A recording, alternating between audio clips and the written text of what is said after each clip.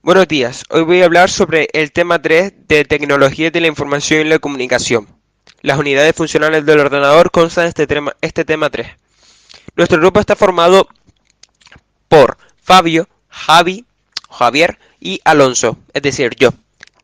Y hoy vamos a hablar sobre un poquito las unidades funcionales del ordenador, como ya he dicho. Se nos han mandado a hacer un vídeo, así que vamos a intentar que este vídeo sea lo más explicativo y mi voz por encima también explique más o menos lo que vaya, todas las partes del ordenador, ¿no? Por lo cual, para introducir este tema necesitamos saber que el elemento hardware de un sistema básico de proceso de datos se puede estructurar en tres partes claramente diferenciadas en cuanto a sus funciones. Tenemos la CPU o la unidad central de proceso, la MC o también denominada la memoria central, y los periféricos o también denominados las unidades de entrada y salida. Vale. La unidad de central de proceso es un elemento esencial de cualquier ordenador, ya que tiene como misión ejecutar las instrucciones del programa. La CPU también se conoce con el nombre de procesador central. Físicamente está formado por circuitos de naturaleza electrónica que en un ordenador se encuentran integrados en una pastilla o chip denominado microprocesador. La CPU tiene dos unidades, la unidad aritmética lógica que realiza todas las operaciones de cálculo y la unidad de control que realiza la búsqueda e interpretación de las instrucciones. Posteriormente la unidad de control, vamos a explicar las distintas unidades. La unidad de control es el centro nervioso de la computadora y que de ella se controlan y gobiernan todas las operaciones. La misión fundamental de esta unidad es recoger las instrucciones que componen un programa, interpretarlas y controlar su ejecución, es decir, que recibe las instrucciones de la memoria en el orden establecido por el programa, identifican de qué instrucción se trata en cada caso y generan la secuencia adecuada de órdenes para el resto de elementos funcionales. En la unidad de control podemos encontrar el decodificador, el secuenciador, el contador de programa, registro de instrucciones y el reloj, lo cual voy a explicar ahora mismo.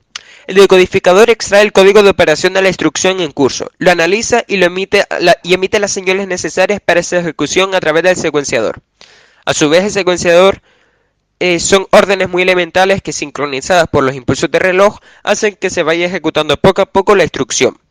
El contador de programa es la dirección de memoria de la siguiente instrucción a ejecutar, mientras que el registro de instrucciones es la instrucción que se está ejecutando, o también denominado el código de operación y en su caso los operandos o las direcciones de memoria de los mismos. Por último, el reloj marca los instantes en que han de comenzar los distintos pasos de que consta cada instrucción. Por otra parte, en la unidad aritmético-lógica, o también denominada ALU, es la unidad encargada de realizar las operaciones elementales de tipo aritmético o lógico, como ya he dicho anteriormente. Las aritméticas pueden ser las sumas, restas, productos y divisiones, mientras que el lógico son las comparaciones. Dentro de la unidad aritmética lógica podemos encontrar el circuito operacional, el COP, el registro de estado, el RES, el registro de entrada, REN1 y REN2, y el registro acumulador, AC. En el circuito operacional es aquel que contiene los circuitos necesarios para la realización de las operaciones. Tiene unas entradas de órdenes para seleccionar la clase de operación. El registro de estado es un conjunto de biestables en los que se deja constancia de algunas condiciones que se dieron en la última operación. Los registros de entradas, la REN1 y REN2, son los registros en los que se almacenan los datos u operandos que intervienen en una instrucción. El registro acumulador sirve para almacenar los resultados de las operaciones efectuadas por el circuito operacional. Posteriormente tendríamos la memoria central, que es la unidad donde están almacenadas las instrucciones y los datos necesarios para poder realizar un determinado proceso. Está constituida por multitud de celdas o posiciones de memoria numerados de forma consecutiva. A la numeración de las celdas se denomina dirección de memoria y mediante esta dirección se puede acceder de forma directa.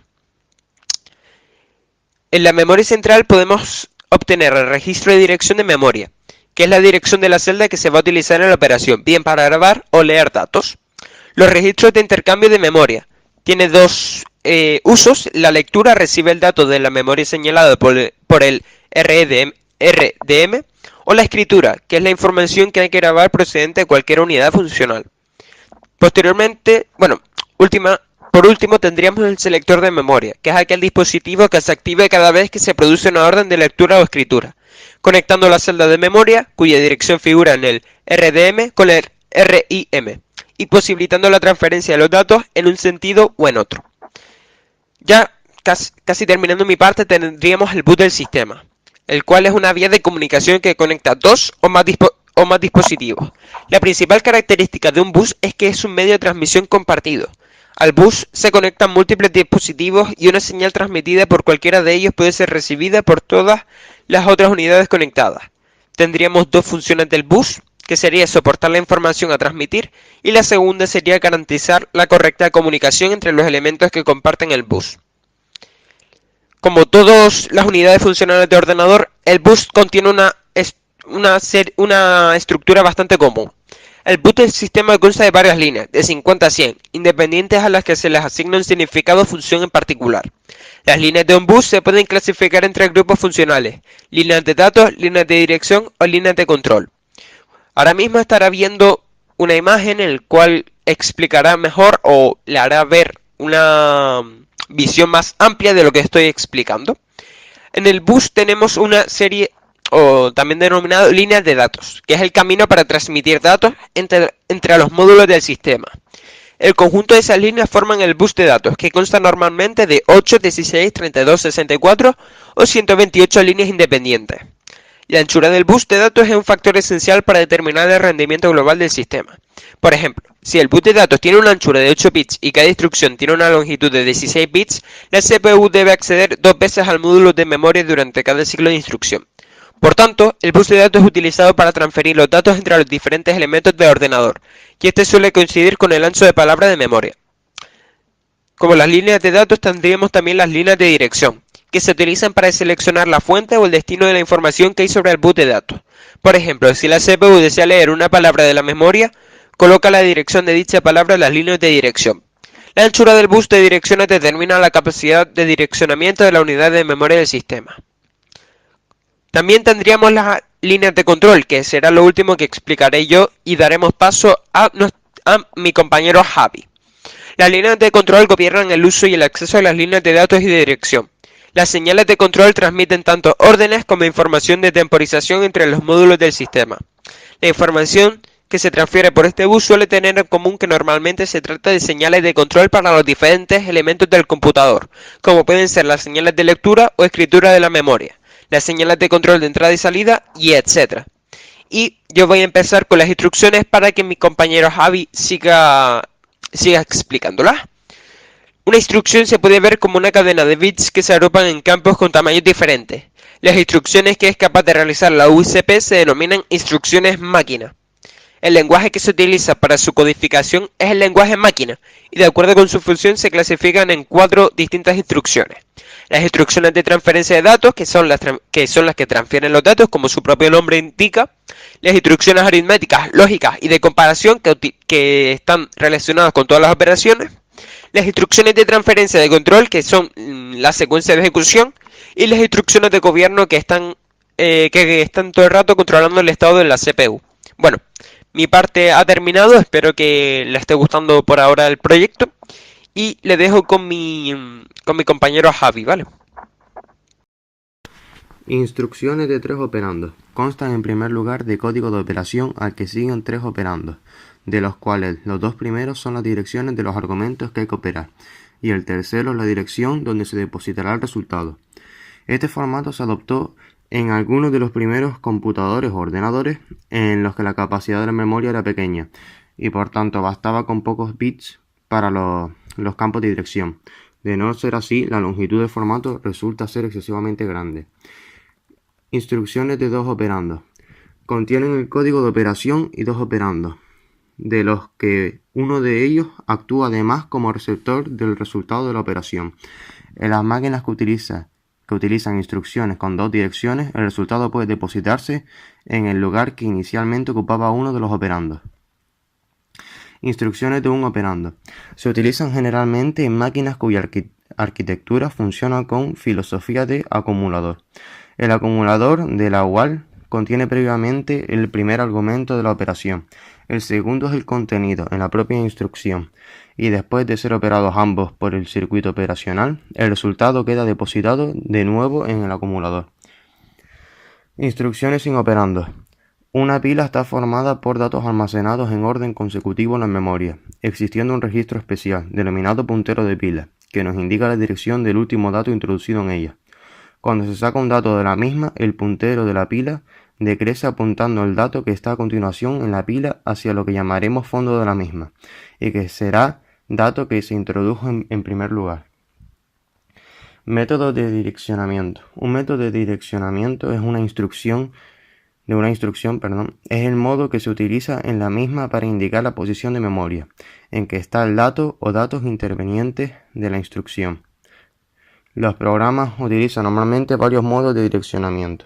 Algunas arquitecturas no permiten la utilización de determinados modos de direccionamiento. Cada modo puede combinarse con los demás, de manera que el número de modos de direccionamiento disponible en teoría es limitado. Los modos de direccionamiento pueden clasificarse de la siguiente forma: inmediato, directivo, indirecto y relativo. Direccionamiento inmediato. Se dice que el direccionamiento es inmediato cuando la instrucción contiene el dato que hay que utilizar, no siendo necesario ningún acceso a la memoria. Direccionamiento directo. La instrucción contiene la dirección de la memoria central donde se encuentra situado el dato. Esto hace necesario un acceso a memoria para trasladar el dato hasta la unidad aritmético-lógica o hasta la unidad designada por la instrucción. Direccionamiento indirecto. En este caso, la dirección contenida en la instrucción no es la del dato implicado, sino la de una posición de memoria que contiene la dirección de ese dato.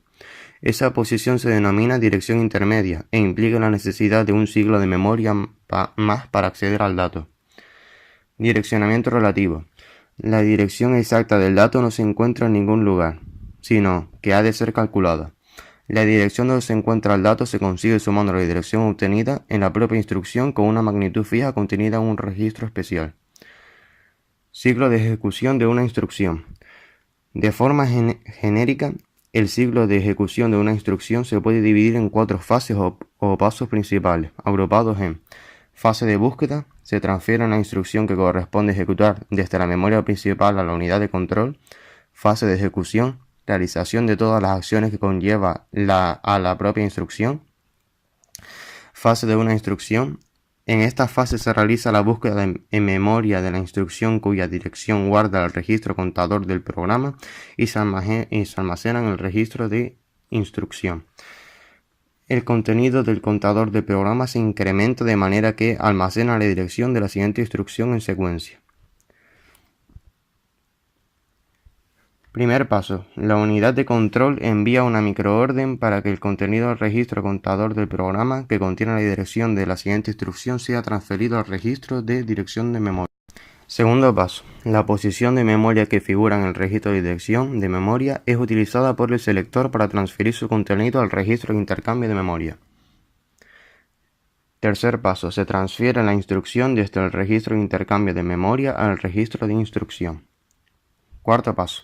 Posteriormente, el descodificador procede a interpretar la instrucción que acaba de llevar al registro de instrucción, en este caso, sumar, quedando dispuesto para la activación del circuito sumador de la UAL e informando al secuenciador. Quinto paso. El registro contador del programa se autoincrementa con un valor de 1, de tal forma que queda apuntado a la siguiente instrucción situada consecutivamente, en memoria.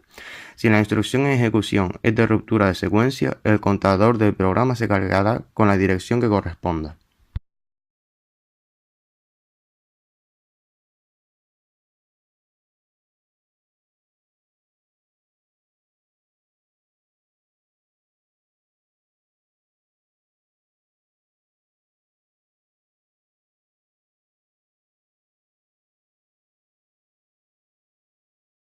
Ejecución de una instrucción.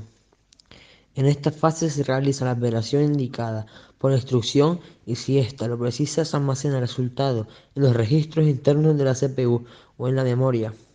La fase de ejecución se realiza en los siguientes pasos, pero hay que tener en cuenta que si la instrucción no tuviese operandos, los pasos del 1 al 6 y el paso 8 se omitirían.